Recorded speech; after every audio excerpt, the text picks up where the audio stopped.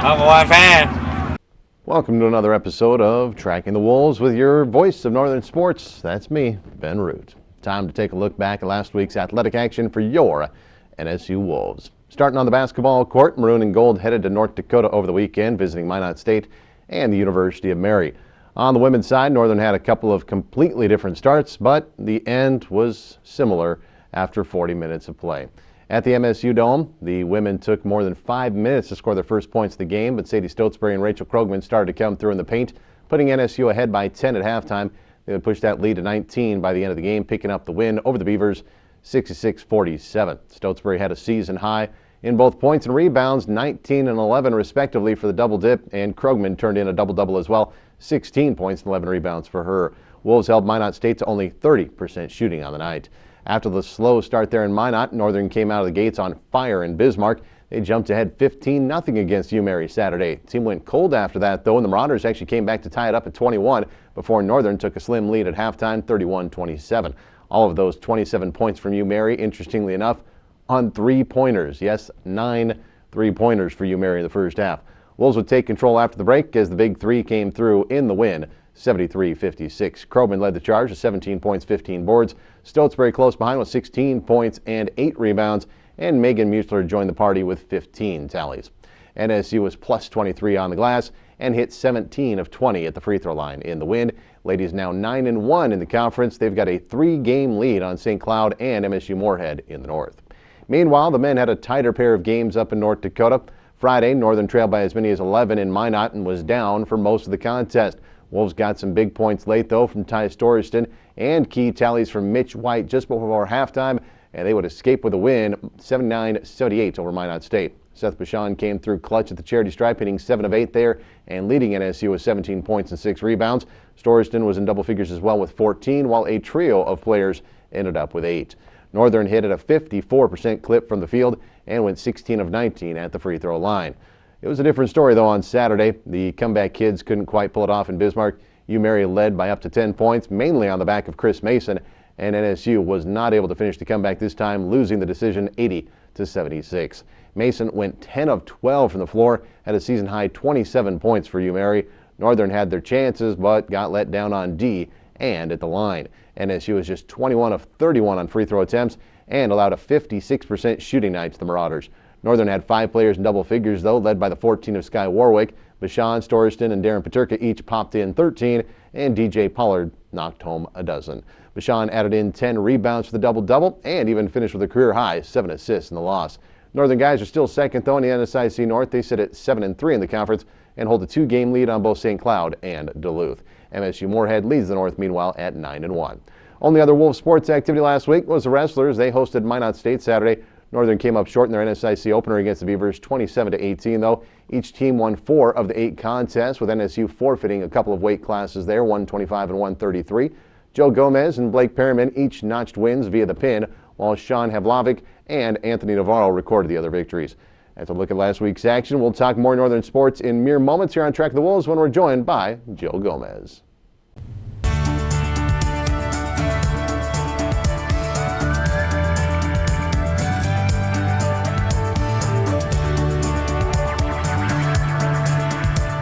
NCAA championships are something special.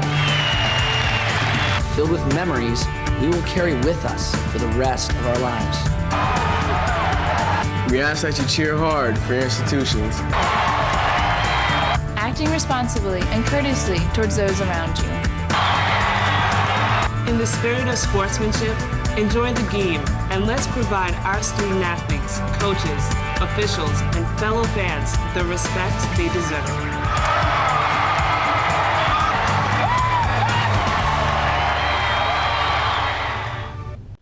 Welcome back to this edition of Tracking the Wolves here. Ben Roots alongside you as we talk some wrestling on this edition of Tracking the Wolves. And joining me here is sophomore wrestler out of Washington, Joe Gomez this week. How you doing, Joe? Good.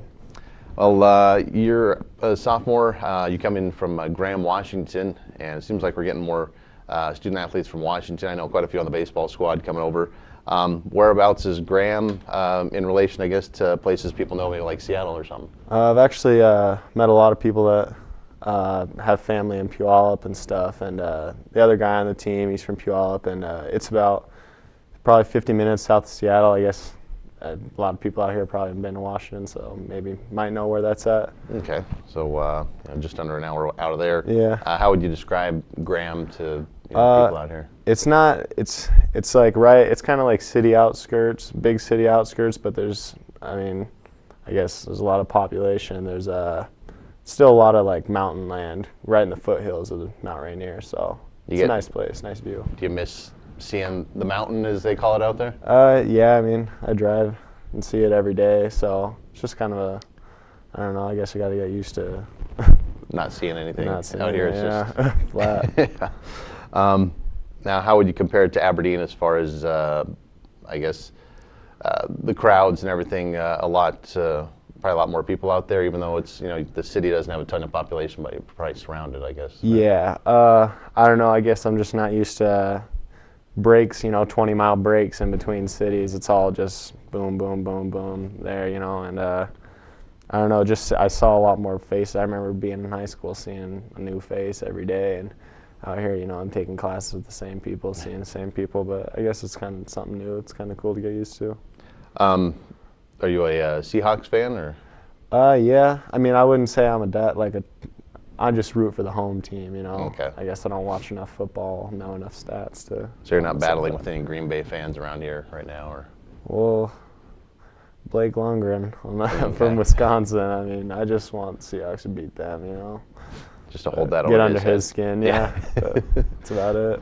Now, normally you would, kind of wonder, what brought you in from Washington, but guy you went to school with, Grant Steen Jr. on the team, I'm guessing that had something to do with you coming out? Yeah, I was originally going to go play football in college, but then I kind of stuck, finished the wrestling, and I guess I'd won a state title, and I just wanted to do a little more with it, so I only really had this and another option, and his dad was really involved in really building my wrestling career and taking me to all freestyle tournaments and traveling all over the state and stuff. So I don't know, they had a big influence on me, and I just liked Coach Tim. I got along with him real well. On my visit, it felt good. I just decided it was a place for me, I guess. It wasn't, so hard. Yeah. Toward him. Did you prefer wrestling over playing football, or?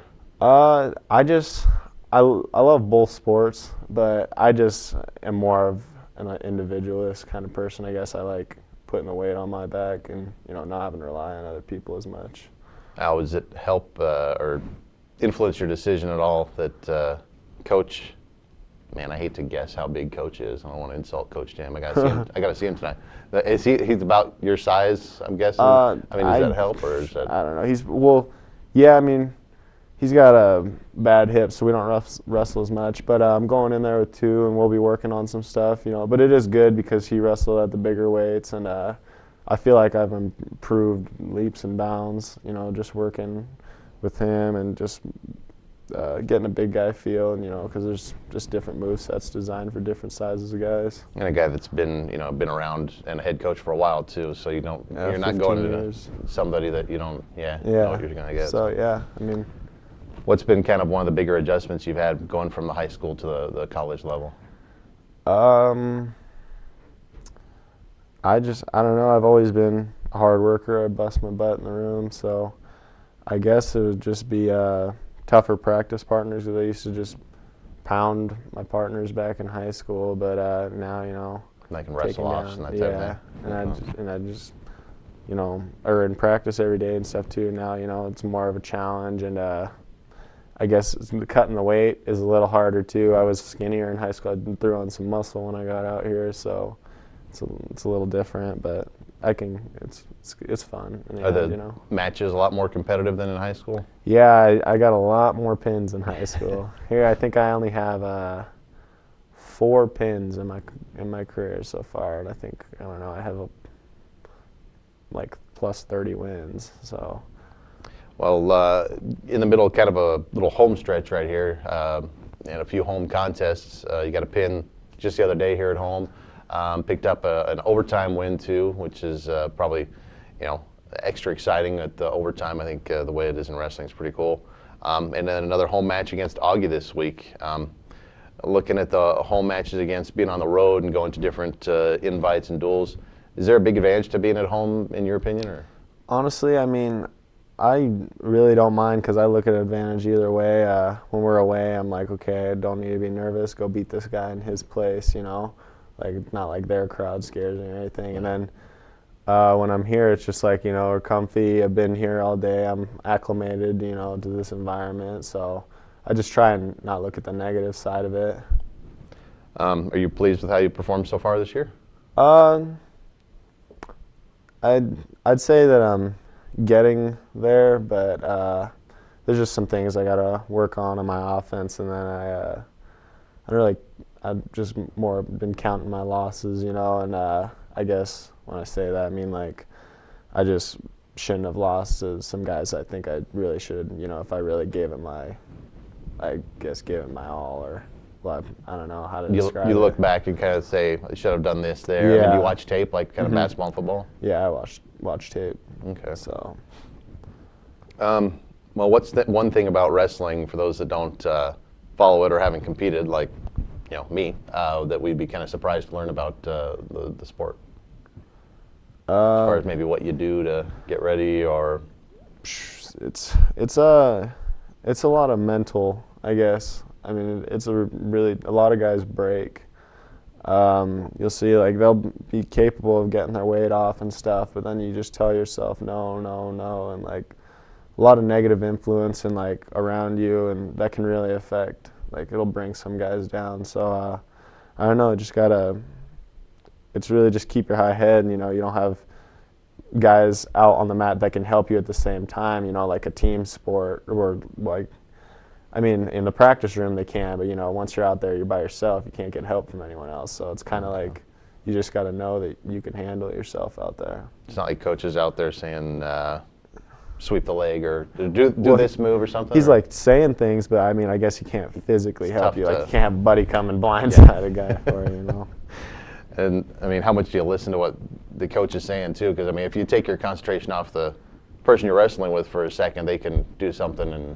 Well, I've noticed, like, after a while, once you start working with a coach enough, you kind of can learn to be like tuned into his voice and focus at the same time. Like when I first got here, it's hard for me, to listen and wrestle at the same time.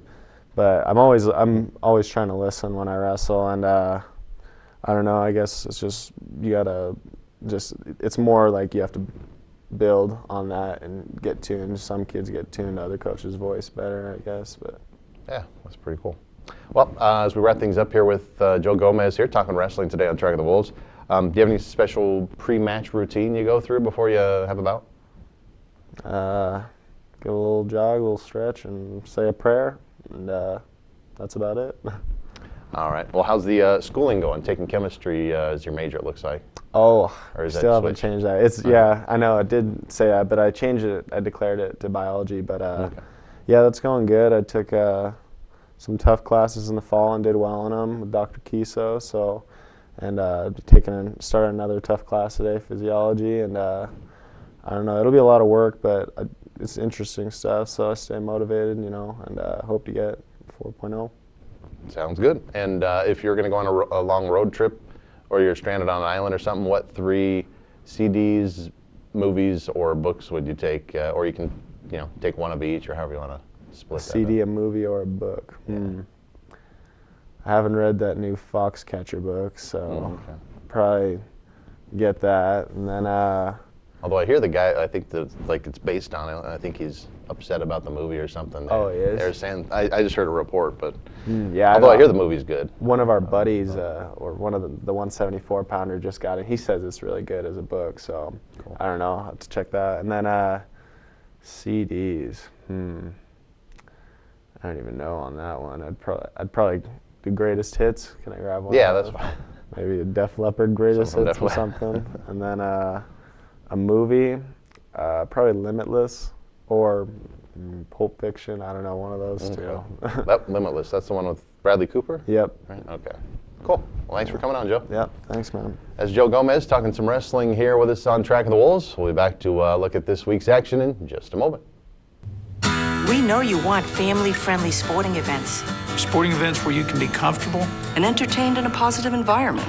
Watching great individuals and teams compete. With commitment, effort, and good sportsmanship. That's what the Division II Game Environment Initiative is about. Be a part of the excitement and find out why. These student athletes say with pride, I chose Division II.